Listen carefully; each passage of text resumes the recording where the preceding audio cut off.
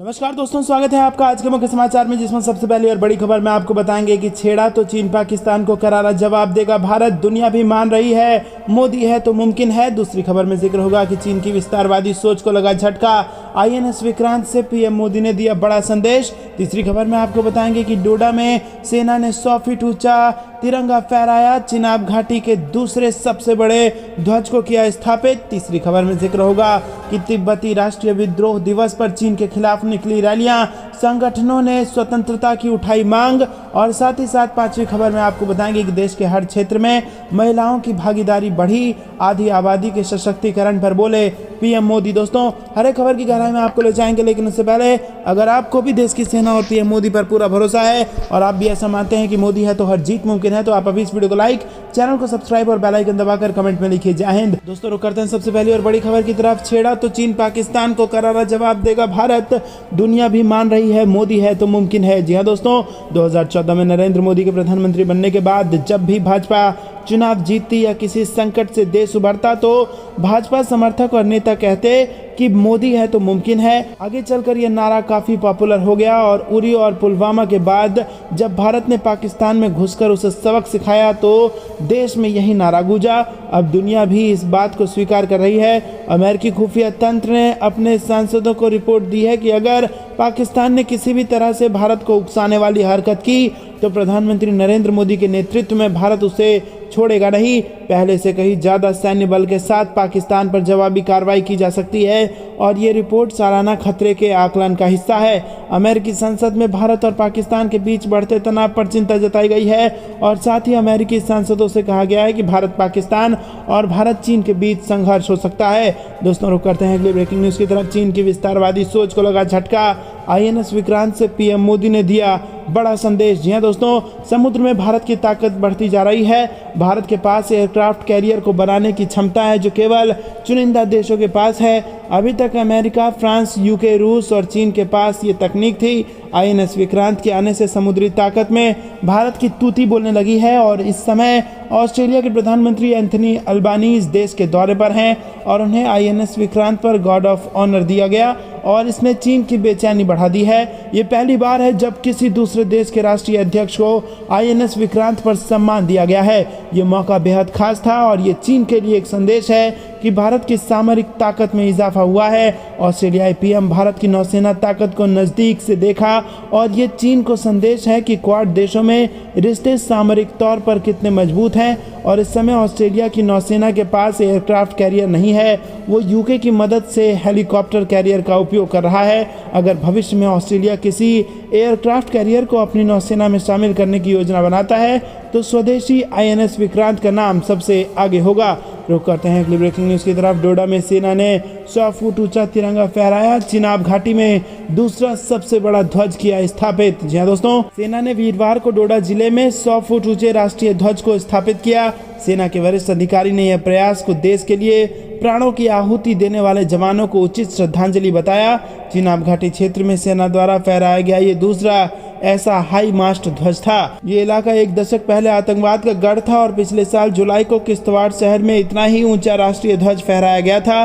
सेना के Delta Force के general officer commanding major general Ajay Kumar, Rashtriya Rifles के कमांडर ब्रिगेडियर समीर के पलांडे, डोडा के उपायुक्त समेत कई पदाधिकारियों की उपस्थिति में ऊंचे झंडे को फहराया गया। मेजर जनरल कुमार ने शहीद जवानों के परिजनों को सम्मानित किया। रुक करते हैं अगली ब्रेकिंग न्यूज की तरफ। तिब्बती राष्ट्रीय विद्रोह दिवस पर चीन के खिलाफ निकली रैली, संगठन ने स्वतंत्रता की उठाई मांग। जी दोस्तों, आपको बता दें कि तिब्बत के 64वें राष्ट्रीय विद्रोह दिवस पर चीन के खिलाफ रैली निकाली गई और मैक्लोडगंज से शुरू हुई रैली ने हजारों की संख्या में लोगों को अपनी तरफ खींचा और तिब्बती समुदाय के लोग ने भाग लेकर तिब्बत की आज़ादी की मांग को मुखर किया। वहीं दोस्तों, निर्वासित तिब्बत संसद ने इस अवसर पर जारी वक्तव्य में कहा कि तिब्बत में रह रहे तिब्बतियों की चीन की दमनकारी नीतियों सहित कई तरह की यातनाओं को सहना पड़ रहा है। ऐसे में अपने देश की आज़ादी की जंग में विद्रोह करते हुए कई तिब्बती चीनी सेना ने मार दिए हैं और आज उन बलिदानियों को भी तिब्बती समुदाय याद कर रहा है और तिब्बत में चीन की दमनकारी नीतियों का विरोध कर रहा है। वहीं दलाई लामा की लंबी उम्र की कामना भी की गई और निर्वासित तिब्बत सांसद ने कहा कि तिब्बत में चीन वहां की कला, संस्कृति व ऐतिहासिक धरोहरों के साथ छेड़छाड़ करके उसे समाप्त कर देना चाहता है। तिब्बत में वहाँ के लोग नरक जैसा जीवन व्यतीत कर रहे हैं। तिब्बतियों की आज़ादी के लिए वीर तिब्बती महिला पुरुष बलिदान दे रहे हैं और उन सभी को तिब्बती राष्ट्रीय विद्रोह के दिन याद किया जाता है। रुक करते हैं अगली ब्रेकिंग न्यूज़ की तरफ। देश के हर क्षेत्र में महिलाओं की भागीदारी बढ़ी, आधी आबादी के सशक्तिकरण पर बोले प्रधानमंत्री मोदी। जी हाँ दोस्तों, प्रधानमंत्री मोदी ने महिलाओं के आर्थिक सशक्तिकरण पर महिला और बाल विकास मंत्रालय के वेबिनार को संबोधित किया और इस दौरान प्रधानमंत्री मोदी ने कहा कि देश में हर क्षेत्र में महिलाओं की भागीदारी बढ़ी है और कई क्षेत्र महिलाओं की शक्ति, निर्णय लेने की क्षमता का प्रदर्शन कर रहे हैं। नारी शक्ति भारत की प्रगति की गति और पैमाने को बढ़ाने में महत्वपूर्ण भूमिका निभा रही है। वहीं दोस्तों आपको बता दें कि प्रधानमंत्री नरेंद्र मोदी ने कहा कि पिछले 9 वर्षों में भारत महिलाओं के नेतृत्व वाले विकास के विजन के साथ आगे बढ़ रहा है और इसे वैश्विक मंच पर ले जा रहा है। महिला सशक्तिकरण पर बजट के बाद वेबिनार में बोलते हुए पीएम मोदी ने कहा कि G20 शिखर सम्मेलन में महिलाओं के नेतृत्व वाला विकास महत्वपूर्ण विषयों में से एक है। दोस्तों रुक करते हैं अगली ब्रेकिंग न्यूज़ की तरफ। पहाड़ों पर लौटेगी बारिश और बर्फबारी का दौर, इस राज्य में बदलेगा मौसम, IMD ने दी जानकारी। जी हाँ दोस्तों, देश के अधिकतर हिस्सों में गर्मी की शुरुआत हो चुकी है। वहीं इस बीच मौसम विभाग ने हिमाचल प्रदेश में कुछ हिस्सों में बारिश और बर्फबारी की बात कही है। मौसम विभाग की माने तो एक ताज़ा पश्चिमी विक्षोभ एक्टिव होने के कारण बारिश और बर्फबारी की गतिविधियां देखने को मिल सकती हैं। पश्चिमी हिमालयी क्षेत्र में इस पश्चिमी विक्षोभ का असर देखने को मिलेगा।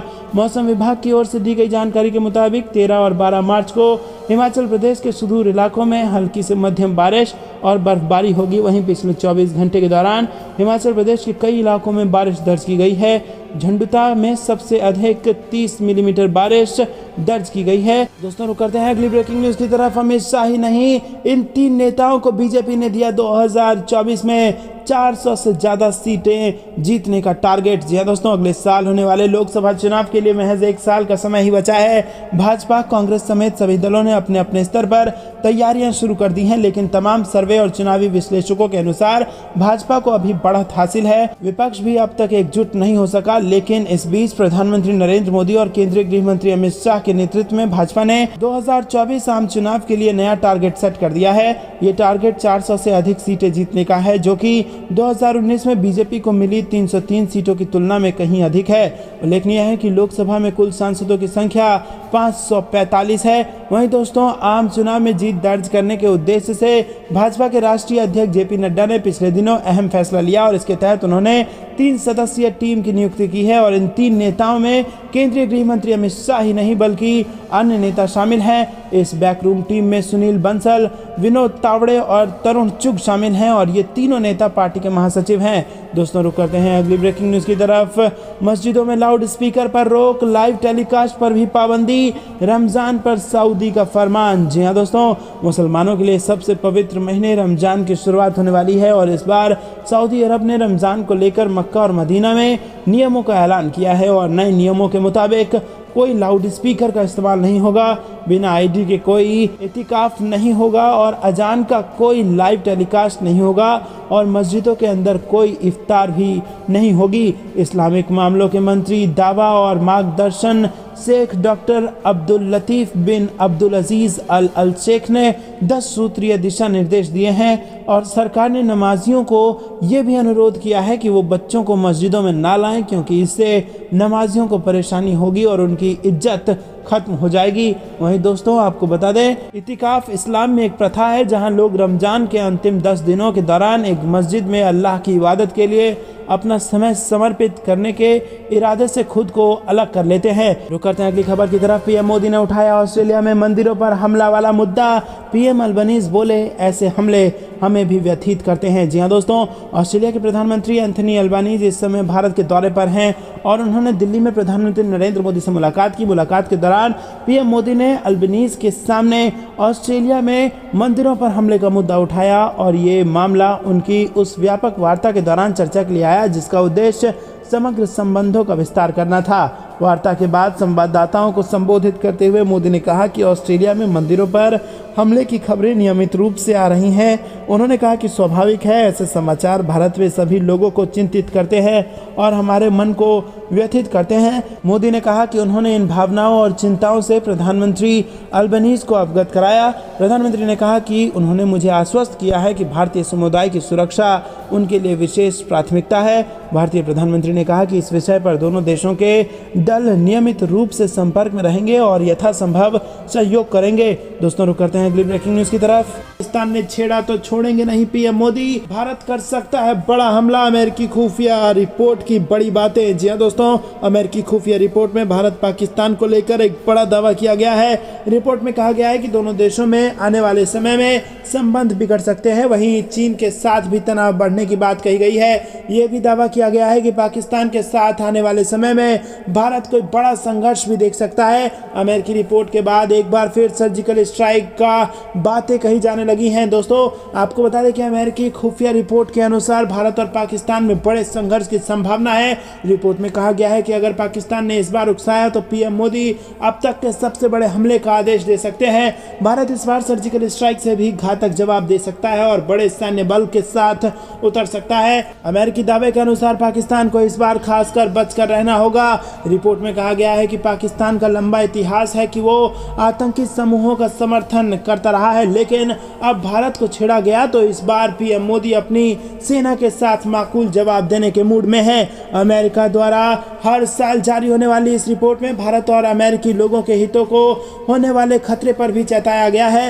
रिपोर्ट को राष्ट्रीय खुफिया निदेशक के कार्यालय द्वारा अमेरिकी कांग्रेस को प्रस्तुत किया गया और कहा गया कि भारत और चीन के संबंध भी तनावपूर्ण रहने वाले हैं। रिपोर्ट में कहा गया है कि भारत और चीन द्विपक्षीय सीमा वार्ता में लगे हुए हैं और सीमा समस्या को सुलझा रहे हैं, लेकिन 2020 में दोनों देशों के बीच घातक संघर्ष के मद्देनजर संबंध तनावपूर्ण ही रहेंगे। दोस्तों, रुक करते हैं अगली ब्रेकिंग न्यूज की तरफ। भारत रूस की दोस्ती के आगे ढेर हुआ डॉलर, खतरे में अमेरिकी बादशाहत, अस्त होगा सुपर पावर का सूरज। दोस्तों, आपको बता दें कि यूक्रेन युद्ध के बीच भारत पर लगातार अमेरिका का दबाव पड़ रहा है कि वो रूस का साथ छोड़ दे। अमेरिका और अन्य पश्चिमी देशों ने रूस पर कई तरह के प्रतिबंध लगा रखे हैं। अमेरिकी दबाव के बाद भी भारत ने अभी तक रूसी हमले की निंदा नहीं की है और यही नहीं, भारत लगातार रूस से बड़े पैमाने पर व्यापार कर रहा है और इसी व्यापार में तेल भी शामिल है जो रूस कम दाम में भारत को मुहैया करा रहा है। भारत और रूस के तेल व्यापार से अब अमेरिका के दशकों से चले आ रहे प्रभुत्व पर बड़ा खतरा पैदा हो गया है। दरअसल भारत और रूस ने अपने तेल की सारी डील को डॉलर की बजाय तीसरी मुद्रा में की है और इससे डॉलर के दबदबे को गहरा धक्का लगा है। रॉयटर्स की रिपोर्ट के मुताबिक रूस पर लगे अमेरिकी प्रतिबंधों से डॉलर के प्रभुत्व पर खतरा पैदा हो गया है। पिछले कई दशक से भारत तेल खरीदने के लिए डॉलर में भुगतान करता रहा है। डॉलर बिजनेस के लिए दुनिया की सबसे ज्यादा स्वीकार की जाने वाली करेंसी रही है। यूक्रेन युद्ध के बाद रूस पर कई तरह के प्रतिबंध लगाए गए हैं और भारत ने इससे निपटने के लिए तेल के व्यापार को तीसरी मुद्रा में करना शुरू कर दिया है, जो काफी सफल साबित हुआ है। दुनिया का तीसरा भारत सबसे ज्यादा तेल खरीदने वाला देश है और अब रूस तेल की आपूर्ति करने वाला प्रमुख देश बन गया है। रुक करते हैं अगली ब्रेकिंग न्यूज की तरफ। यूएनएससी में पाकिस्तान विदेश मंत्री बिलावल भुट्टो ने उठाया कश्मीर मुद्दा तो भारत ने कहा इनकी बेकार बातों का जवाब देना जरूरी नहीं। जी हाँ दोस्तों, पाकिस्तान के विदेश मंत्री बिलावल भुट्टो जरदरी द्वारा महिलाओं, शांति और सुरक्षा परिषद की बहस में जम्मू कश्मीर का मुद्दा उठाए जाने के बाद भारत ने पाकिस्तान की आलोचना करते हुए कहा कि वो इस तरह के दुर्भावनापूर्ण और झूठे प्रचार का जवाब देना जरूरी नहीं समझते। वहीं दोस्तों, जम्मू कश्मीर पर जरदरी की टिप्पणी पर प्रतिक्रिया देते हुए संयुक्त राष्ट्र में भारत की स्थायी प्रतिनिधि रुचिरा कंबोज ने उनकी टिप्पणी को निराधार और राजनीति से प्रेरित करार दिया। रुक करते हैं अगली ब्रेकिंग न्यूज की तरफ। भारतीय सीमा में घुसपैठ की कोशिश कर रहा व्यक्ति गिरफ्तार, बीएसएफ ने बताया घुसपैठिया बांग्लादेशी नागरिक। जी हाँ दोस्तों, आपको बता दें कि पाकिस्तान की ओर से एक घुसपैठिया अंतर्राष्ट्रीय सीमा को क्रॉस कर भारतीय क्षेत्र में घुसने की कोशिश कर रहा था, जिसे बीएसएफ ने गिरफ्तार कर लिया और ये जानकारी बीएसएफ की ओर से दी गई है। सीमा सुरक्षा बल ने जानकारी दी है कि वो घुसपैठिया पंजाब के अमृतसर सेक्टर की ओर से भारतीय सीमा में प्रवेश की कोशिश कर रहा था। उसे रोकने के लिए सीमा सुरक्षा बल के जवानों ने पहले गोली चलाई और उसके बाद उसे गिरफ्तार कर लिया। जहां दोस्तों, यहाँ पर आपको बता दें कि घुसपैठिया ने शुरुआती पूछताछ में बताया कि वो बांग्लादेश का नागरिक है। घुसपैठिया ने 8-9 मार्च की रात को ये हिमाकत की थी और उसे अमृतसर सेक्टर के राजाताल चौकी से गिरफ्तार किया गया है। रुक करते हैं अगली ब्रेकिंग न्यूज़ की तरफ। पैसे के अभाव में नहीं रुकेगी किसी का इलाज, मुख्यमंत्री योगी आदित्यनाथ ने कही ये बड़ी बात। जी हाँ दोस्तों, मुख्यमंत्री योगी आदित्यनाथ ने कहा है कि प्रदेश सरकार गंभीर बीमारियों के इलाज में लगातार भरपूर आर्थिक मदद दे रही है। किसी के भी इलाज में धन की बाधा सामने नहीं आने दी जाएगी। मरीज व उनके परिजन कतई चिंता न करें, उनके साथ एक संवेदनशील सरकार खड़ी है। अधिकारी पूरी संवेदना और प्राथमिकता के आधार पर इलाज में मदद संबंधी आवेदनों को निस्तारित करें। एस्टीमेट की प्रक्रिया को शीघ्रता से पूर्ण कर शासन को उपलब्ध कराएं। एस्टीमेट मिलते ही सहायता राशि उपलब्ध करा दी जाएगी। मुख्यमंत्री योगी आदित्यनाथ ने लोगों को यह भरोसा गुरुवार सुबह जनता दर्शन के दौरान उनकी समस्या का समाधान करते हुए दिया। गोरखनाथ मंदिर परिसर स्थित महंत दिग्विजयनाथ स्मृति सभागार के बाहर आयोजित जनता दर्शन कार्यक्रम में मुख्यमंत्री ने करीब 300 लोगों की समस्याएं सुनी। कुर्सियों पर बैठाए गए लोगों तक खुद पहुंचे और उनकी पीड़ा सुनी, उसे महसूस किया और समस्या के त्वरित निराकरण का निर्देश अधिकारियों को दिया। दोस्तों रुक करते हैं अगली ब्रेकिंग न्यूज़ की तरफ। केशव प्रसाद मौर्य का दावा, 2024 चुनाव में 400 सीटें जीतेगी बीजेपी, राहुल गांधी को दिया ये संदेश। जी दोस्तों, आपको बता दें कि उत्तर प्रदेश के उप मुख्यमंत्री केशव प्रसाद मौर्य ने होली पर कांग्रेस सांसद राहुल गांधी के लिए एक संदेश दिया है। उन्होंने कहा है कि होली के दौरान हम अक्सर कहते हैं बुरा ना मानो होली है, और यही मैं राहुल गांधी को बताना चाहूँगा। मेरा उन्हें संदेश है, बुरा ना मानो होली है और बीजेपी फिर से सत्ता में आ रही है। वो एक समारोह में पत्रकारों से बात कर रहे थे। लंदन में भारत में लोकतंत्र के अंत पर राहुल गांधी की टिप्पणी का उल्लेख करते हुए मौर्य ने कहा कि भारत में लोकतंत्र समाप्त नहीं हुआ है, कांग्रेस निश्चित रूप से समाप्त हुई है। केशव प्रसाद मौर्य ने कहा कि राहुल गांधी अब कुछ नहीं कर सकते हैं क्योंकि कांग्रेस को बचाया नहीं जा सकता। भारत जोड़ो यात्रा भी एक शानदार विफलता में समाप्त हुई। त्रिपुरा, नागालैंड और मेघालय के हालिया चुनाव परिणाम इस बात का सबूत है कि कांग्रेस की शोर बढ़ रही है। डिप्टी सीएम ने कहा कि भाजपा के सभी कार्यकर्ता 2024 के लोकसभा चुनाव में यूपी की सभी 80 सीटें जीतने और प्रधानमंत्री नरेंद्र मोदी के लिए तीसरा कार्यकाल सुनिश्चित करने के लक्ष्य की दिशा में काम कर रहे हैं। मौर्य ने कहा कि उन्हें उम्मीद है कि आगामी आम चुनाव में बीजेपी देश में 400 सीटों का आंकड़ा पार करेगी और केंद्र की सत्ता में वापसी करेगी। रुक करते हैं अगली ब्रेकिंग न्यूज़ की तरफ। किसानों को साल में मिलेंगे 12,001 रुपए में फसल बीमा, जाने बजट की खास बातें। महाराष्ट्र से बड़ी खबर है दोस्तों। महाराष्ट्र के उप मुख्यमंत्री एवं वित्त मंत्री देवेंद्र फडणवीस ने राज्य विधानसभा में वित्त वर्ष 2023-24 के लिए एकनाथ शिंदे सरकार का पहला बजट पेश किया और शिंदे सरकार ने बजट में सभी वर्गों पर ध्यान दिया है। किसानों पर मेहरबान है शिंदे सरकार। और दोस्तों आपको बता दें कि 6,900 करोड़ रुपए बढ़ा दिया गया है एकनाथ शिंदे सरकार में किसानों पर। फडणवीस ने कहा कि बजट में किसानों के लिए प्रावधान को बढ़ाकर अब 6,900 करोड़ रुपए कर दिया गया है। महाराष्ट्र के किसानों को साल में 12,000 रुपए मिलेगा और शिंदे सरकार ने घोषणा की है कि किसानों को नमो शेतकारी योजना के तहत साथ में 6,000 रुपए दी जाएगी। रुक करते हैं अगली ब्रेकिंग न्यूज़ की तरफ। भारत ने एक बार फिर सीधा पाकिस्तान पर साधा निशाना, कहा आतंकियों को पनाह और ट्रेनिंग देने का मामला। जी हाँ दोस्तों, आपको बता दें कि भारत ने एक बार फिर से पाकिस्तान पर निशाना साधा और गुरुवार को कहा कि अफगानिस्तान की सरजमी का इस्तेमाल आतंकवादी गतिविधियों, विशेष रूप से संयुक्त राष्ट्र सुरक्षा परिषद और मादक पदार्थों की तस्करी द्वारा निर्धारित आतंकवादी व्यक्तियों और संस्थाओं को आश्रय देने, प्रशिक्षण देने, योजना बनाने या वित्त पोषण के लिए यही किया जाना चाहिए। दोस्तों आपको बता दें कि अफगानिस्तान पर संयुक्त राष्ट्र सुरक्षा परिषद की बैठक को संबोधित करते हुए संयुक्त राष्ट्र में भारत की स्थायी प्रतिनिधि रुचिरा कंबोज ने कहा कि भारत उम्मीद करता है कि अफगानिस्तान के क्षेत्र का उपयोग आतंकवादी गतिविधियों, विशेष रूप से आतंकवादी व्यक्तियों और संस्थाओं को आश्रय देने, प्रशिक्षण देने, योजना बनाने या वित्त पोषण के लिए नहीं किया जाना चाहिए। अफगानिस्तान की स्थिति के बारे में बात करते हुए कंबोज ने कहा कि देश में मानवीय स्थिति संकटपूर्ण है और उन्होंने यूएनएससी को उस मानवीय सहायता के बारे में भी बताया जो भारत ने पिछले 1 साल में अफगानिस्तान को प्रदान की है। दोस्तों रुक करते हैं अगली ब्रेकिंग न्यूज़ की तरफ। पर -4 डिग्री तापमान में जवानों ने खेली होली, जमकर थिरके और खूब लगाया रंग। जी हाँ दोस्तों, उत्तराखंड से लगी चीन सीमा की अंतिम चौकी नाभी ढांग में आईटीबीपी के जवानों ने -4 डिग्री तापमान में धूमधाम से होली मनाई। जवान गीतों पर जमकर झूमे और एक दूसरे को रंग गुलाल लगाकर बधाई दी। वहीं उच्च हिमालयी इलाकों में दोपहर बाद बर्फबारी होने से चौकियों पर और ठंड बढ़ गई है। धारचूला की दरमा घाटी और व्यास घाटी में जवानों ने स्थानीय लोगों के साथ भी होली खेली और post commander inspector GD Birbal Singh और जवानों ने एक दूसरे को गुलाल लगाकर होली की शुभकामनाएं दी। रुक करते हैं अगली ब्रेकिंग न्यूज की तरफ। कश्मीर मुद्दा उठाने पर भारत ने बिलावल को लताड़ा, कहा पाकिस्तान के झूठे प्रचार का जवाब देना भी जरूरी नहीं। जी हाँ दोस्तों, आपको बता दें कि भारत ने संयुक्त राष्ट्र सुरक्षा परिषद में महिला शांति और सुरक्षा के मुद्दे पर आयोजित चर्चा में पाकिस्तानी विदेश मंत्री बिलावल भुट्टो जरदरी की ओर से कश्मीर का विषय उठाने पर पाकिस्तान को आड़े हाथों लेते हुए कहा कि ऐसे दुर्भावनापूर्ण दुष्प्रचार का जवाब देना भी अवांछित है। पाकिस्तान के विदेश मंत्री बिलावल भुट्टो द्वारा कश्मीर मुद्दे पर की गई टिप्पणी का जवाब देते हुए भारत की संयुक्त राष्ट्र में स्थायी प्रतिनिधि रुचिरा कंबोज ने मंगलवार को उनके बयान को आधारहीन और राजनीति से प्रेरित करार दिया। उन्होंने कहा कि अपने भाषण को समाप्त करने से पहले मैं केंद्र शासित प्रदेश जम्मू कश्मीर को लेकर पाकिस्तान के प्रतिनिधि द्वारा की गई ओछी, आधारहीन और राजनीति से प्रेरित टिप्पणी को खारिज करती हूं। संयुक्त राष्ट्र सुरक्षा परिषद में महिला शांति और सुरक्षा विषय पर चर्चा के दौरान कंबोज ने कहा कि मेरा प्रतिनिधिमंडल मानता है कि ऐसे दुर्भावनापूर्ण और झूठे प्रचार का जवाब देना भी मुनासिब नहीं है। रुक करते हैं अगली ब्रेकिंग न्यूज की तरफ। पाकिस्तान में इमरान खान के समर्थकों का हंगामा, लाहौर में प्रदर्शन, रैलियों पर रोक, 7 दिनों तक धारा 144 लागू। जी हाँ दोस्तों, पाकिस्तान के लाहौर में सभी प्रकार के विरोध प्रदर्शन और धरने पर 7 दिनों के लिए रोक लगा दी गई है। पंजाब के गृह विभाग ने सुरक्षा हालात का हवाला देते हुए ये एक्शन लिया है। गृह मंत्रालय की ओर से जारी नोटिफिकेशन में कहा गया है कि प्रतिबंध सभी प्रकार की सभाओं, रैलियों, जुलूसों और विरोध प्रदर्शनों पर होगा। इसमें कहा गया है कि लाहौर में किसी भी अप्रिय घटना को रोकने के लिए ये कदम उठाया गया है और ये रोक दंड प्रक्रिया संहिता की धारा 144 के तहत लगाई गई है, जो तत्काल प्रभाव से लागू होगी।